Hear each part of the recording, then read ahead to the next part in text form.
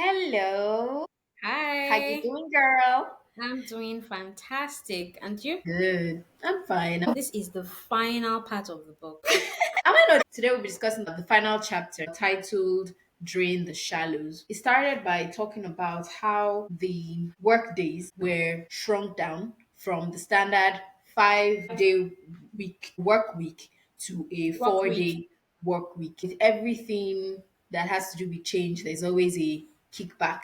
The honest truth is, you don't get a lot done in 8 hours in a week. Let me put it this way: you don't spend your entire 8 hours working during a day. So why do you keep putting it out there and treating it like it's necessary? You don't need that amount of time from people because they could be spending that time being productive elsewhere. It was actually an experiment. And after carrying out the experiment from cutting down the work week from 5 days to 4 days, they realized that it was still the same as having to come to work 5 times a week. It was even better because they were able to use the spare time to work on other things that they couldn't otherwise do while they were. So they took the experiment Okay, further okay. and gave employees a whole month off to go brainstorm, Mm, create ideas, work on their ideas, and then when they come back into work after the month, everybody will pitch their ideas, and then the best idea would be backed with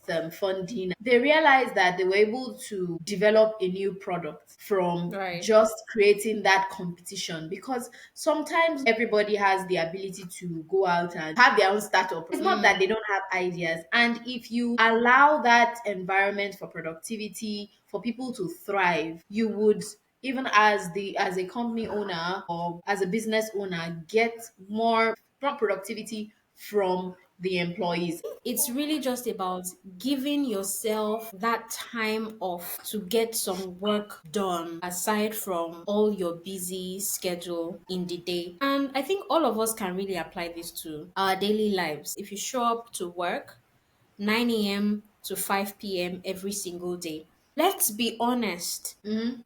you're not going to spend all that time doing the actual work that you've been employed, quote and unquote, to do. And this is really how it applies to us. You really need to sit back and analyze, I would like to say, audit how you spend your time at work every single day. Identify the times that you are really not doing anything productive and be honest with yourself. Identify the times that you're actually getting work for the company done and use the time that you are not using for anything productive to work on a project. It could be a personal project, it could be an idea that you are thinking to pitch to the company, a way to add value to where you work. It is time that you use to create value that we haven't seen before. Value that is new, value that is relevant. I would say value that adds value.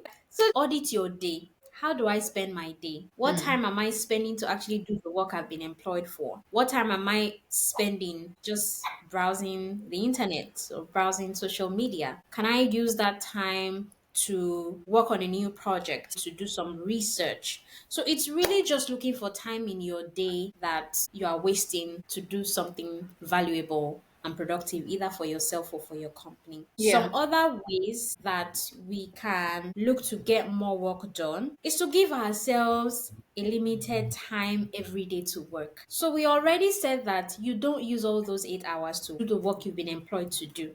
So what you need to do is to give yourself only a limited time every day to work.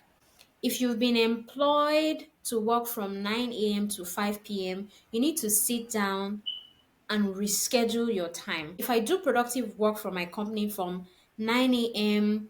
to, let's say, 11 a.m., and then I'm only able to mentally resume work from around 12:30 till maybe another 2:30 p.m., and then from around 3 p.m. to 5 p.m. You need to be really clear on the time that you are using to get work done Right. so that you get all what you need to do scheduled into those particular blocks of time and you make sure you get them done and not trying to make it seem like I actually work the whole 9 to 5. No, you don't. So the time that you've identified that you actually do get work done, make sure that you pack it with productive work. If you know that your 11 to 12 is going to be time that you need to rest your brain, take it out of your work schedule because you're not going to be doing anything anyway. If you also want to work on a personal project, make sure that somehow all of the time that you have put into blocks dates what you need to do for both your company work and your personal work. And these are really good ways to approach making sure that you get more work done in a given day. So nice. Once everyone has less time to get their work done, they respect that time even more. It's really true. Here's how it applies to me. So I have two blocks of time when I work. I work from 9 a.m. to 3 p.m. Yeah. And when I get home, I work from 4 p.m. to 7 p.m. Now, from 9 a.m. to 2 p.m., I do my communications work. From 4 p.m. to 7 p.m., I do the projects that I want to work on, like this one. And I Mm. make sure that they don't mix. So, because Right. I only have from 9 a.m. to 3 p.m. to get work done for this particular company, I am not going to spend that time doing anything else. I'm not going to spend that time researching for this podcast. On the other hand, when I get home, work for the company is over. So even if you send those emails, those WhatsApp text messages, to me, they are no longer urgent. And what now becomes urgent by 4 p.m. is the work that I have to do for myself.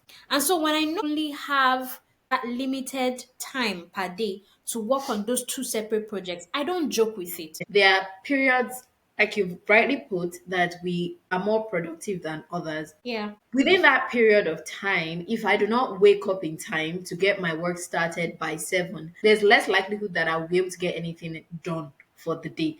So in those days where you wake up Yeah. and then you don't feel like doing the high priority stuff, make sure that you are at least doing something on that list. Is cleaning the house on that list. Make sure you are doing that. And even within the day, on the days that you are being productive, when your brain wants to relax, you should find something less engaging but important within that task to put in. Maybe paint or something that just gives me joy and isn't, Yeah. necessarily part of that those, high high priority productive tasks for the day. I love that you have brought in this aspect of working from home because I just gave very strict examples of for most people who have to step out of the house to work. Mhm. And you have just brought in a very important perspective because we live in the day and age where more people are beginning to embrace remote work more and more. People become very stingy with their time, and it's a good thing. They don't waste it on things that just don't matter. When you have fewer hours, you usually spend them more wisely. We find yourself in is in situations sometimes whereby it can be difficult to Yeah. turn requests down. How would one really do that in that kind of situation without coming off as being rude? As being rude or inconsiderate or unfriendly The or frustrating part unfriendly. is we've been conditioned to not respect people's time. True. And what's that word now? We've been conditioned Desensitized, to conditioned. to take those type of things as the norm. Your boss Yeah. says jump, you say how high. So how do you navigate in such situations? Because it can be very tricky. It's a slippery slope, but I would run to a later part of the book that actually addresses that. It says that this is another way to cut out shallow work from your schedule, another way to ensure that you manage your time efficiently. Time is limited. Don't forget that. Willpower is limited. Don't forget that. So, our goal is to really maximize the limited time and willpower that we have in a given day to get as much valuable work done as we can. Here's how Right. we can deal with this kind of issues. We need to learn to refuse invitation to other people's work that does not feed into our goals. We need to learn to be clear in our refusal and ambiguous in our explanation. So here's what that means. Sometimes when people come to you and say, I need you to help me with XYZ, not to come off as rude, would say, oh, I'm so sorry. I'm not able to help you with XYZ right now. But here's what I can do. You can send me ABC and then I will go through it and edit it for you. But that's also going to consume your time because you don't know the kind of work they're going to send to you. Most times, people will even send you lazy work. They will send you things that you have to really sit down and spend hours working on when you could be Yeah. doing productive work for yourself, for your personal projects, for your Just organization. really, on something better. What the author describes is that when you kindly turn down those kind of offers, you need to be ambiguous about your explanation. For instance, somebody invites you for a speaking engagement. What you could say in that situation is, I'm so sorry, I won't be able to attend this because I have scheduling conflicts. What Yeah. exactly the scheduling conflict entails, we don't know. We don't even know if you actually have scheduling conflicts. We don't know Mm. what scheduling conflicts means. We just know that obviously something is in your calendar that can't work, and learn to leave it there. Yeah. Because when you start to explain what people will call shalaye, that is when you find out that people will find a way to squeeze themselves into your schedule. For instance, you tell them, I can't make it to your event because my sister in law is having a baby. They'll tell you, but you can send somebody to represent you. Or maybe after you pay that visit, don't worry, we'll still be here. You can run down, we'll send you a cab. They will find a way to rope you into their own program or project. So you really don't need to go into details about your explanation because people will always find a loophole in that explanation to get you to work on their own stuff. When you turn Well, see, down, this is for people who generally disregard other people's time. People who are reasonable, respect other yeah, people's times, understand inconveniences, and usually tend to yeah, with empathize. empathize with other people and their situations. So Yes. you are your best Mm-hmm. advocate, and you need to learn to put Yes. your own self first. Yes. Hope that Yes. makes sense. 100%. And I would also like to add that let's be more flexible in the way that we analyze this thing. You can be very strict with how you deal with people when it comes to people respecting your time. Mhm. However, you cannot always be strict with one. There will be exceptions, and that should be okay. Even when scheduling the limited time you have every day, sometimes tasks will come in that you did not necessarily plan for. And depending on what the task is, you need to be willing to make adjustments to your schedule. It is not every inconvenient task or every task that comes as a distraction that you will refuse when it comes to everyday interactions. There Right. should be space for flexibility. While Mm-hmm. today I turned down my manager who said, "Oh, I'm going for a meeting, I want you to accompany me." I found it ridiculous. And for that reason, I turned it down. Sometimes people will not walk up to me and genuinely ask for help with projects that they need to work on. I would consider this. I would look at it against what is shallow, what is deep, and depending on how I view it, sometimes I will accommodate other people's requests. But this would not be all the time. And I would try as much as possible for this not be so frequent that people now know that they have the right to disturb me, if that makes Right, any sense. you are accessible at any time, Hmm. essentially Yeah. at their own beck and call. Even while you are being strict, it's important to stay respectful because if tables were turned, you wouldn't want to be perceived as a rude person. There will be people like that, but being respectful is the key word. And your Yeah. own unique situation, so apply it uniquely. Another point that is on our list of how to get more work done is that to get more meaningful and productive work done, you need to be able to identify shallowness in your schedule and cut it down to the minimum level. So, part of the shallowness is what we've already discussed, people coming to interrupt your schedule with their own plans, with their own projects. So, what is shallowness? Shallow tasks are non cognitively demanding tasks that you often do while you are distracted. The efforts that come from this kind of work do not often create much new value in the world and they are easy to replicate. I already said that deep work is work that most of the time, if not all of the time, should create new value. For instance, you are writing a book, you are publishing an article, you are building a software, you are starting a new company, you are learning a new skill. All of these things are going to require deep work because New value at the end of the day is what we're expecting to see from all of these efforts. But shallow work, on the other hand, is work that is easily replicable, is work that does not need you to think a lot before you get it done, is work that you do most of the time when you are distracted, and is work that doesn't create much new value in the world. Now, a very clear way that you can identify shallow work is by asking this one question, just one. It says, how long will it take me to train a smart, recent college graduate with no specialization whatsoever in my field to complete this particular task? For instance, if part of the things that are on your to-do list is to prepare a pitch deck for a particular project that you've done to inform management or to update stakeholders, you can sit down and think, if I hired a recent college graduate who has no specialization in what I'm doing, how long will it take me to train this person to be able to do this thing? Now, we are not saying you should go and hire a recent college graduate to do all your shallow work, because you're going to have a lot of them on your to do list. What we are saying is that you need to ask this question to be able to identify what actually on this list is shallow work. Now, once you identify them, you can now prioritize your deep work over your shallow work. The work that usually requires more of your expertise is deep work. Now, you need to identify all of those tasks on your to-do list and move them up so that they become the things that you do in the most productive hours of your day. The last point that I have here, it says, don't respond to invitations that are massively inconvenient and disrupt your schedule. There are messages you should not reply to.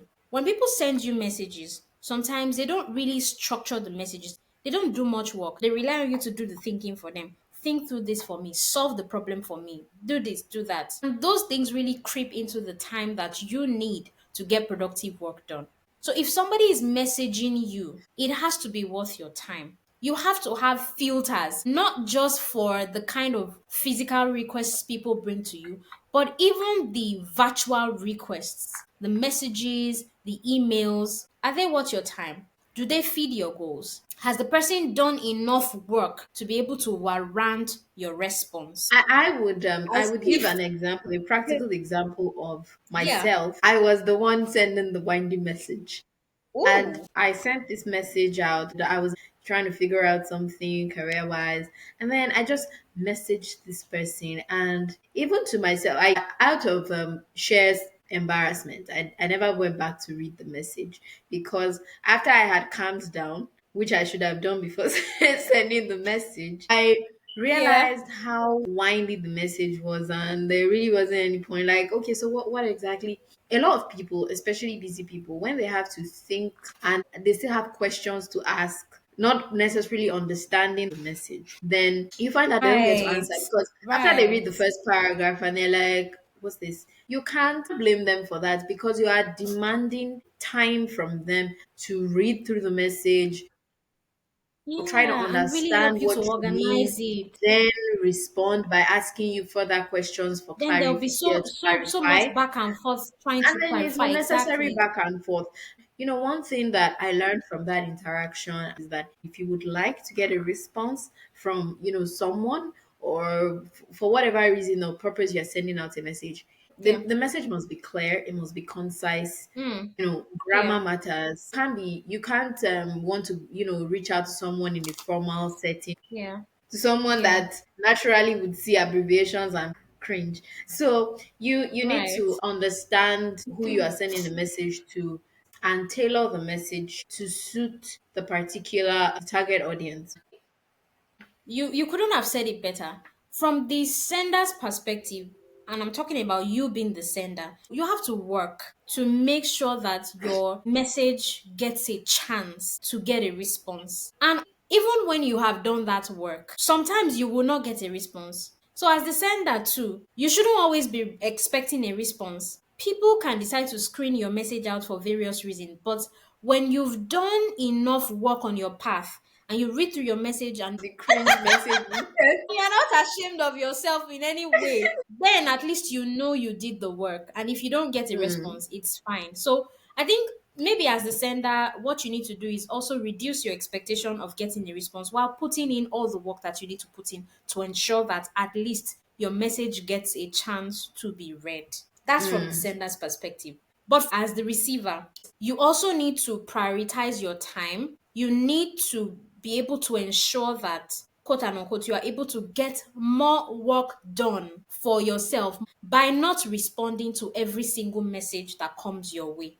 Because some messages are actually designed to consume, not just take, but consume your time and consume it ruthlessly and selfishly without any consideration. Some people don't think, they just send messages. And I'm not even being mean. Make people who send you messages do more work, not just in writing messages, physically, in thinking as well before they approach you. And that was the point we made earlier when we said that you need to set boundaries. People need to know that they shouldn't approach you for any useless reasons. If they need to approach you, it needs to be important. It truly needs to be a problem that they need your expertise to solve, not something they can do, but they just want to push it to you because they are being lazy.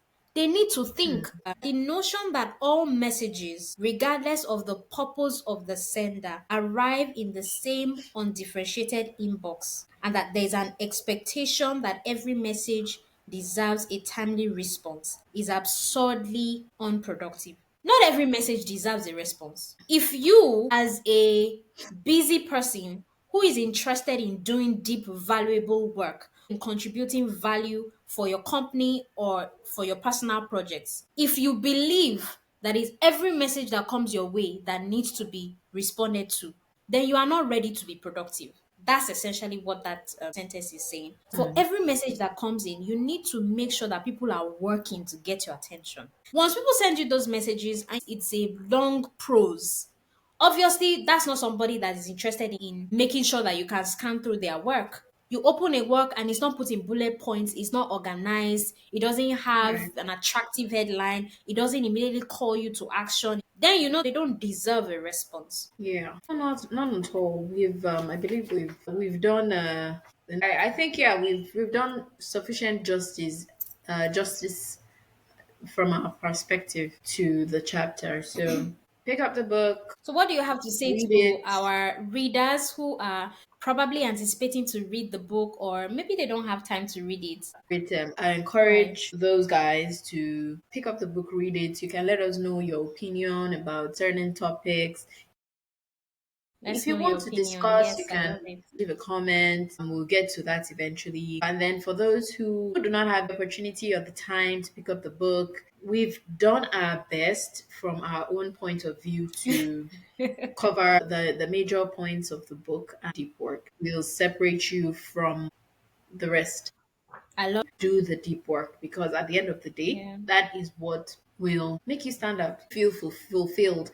That sense of fulfillment What makes you feel is great about yourself?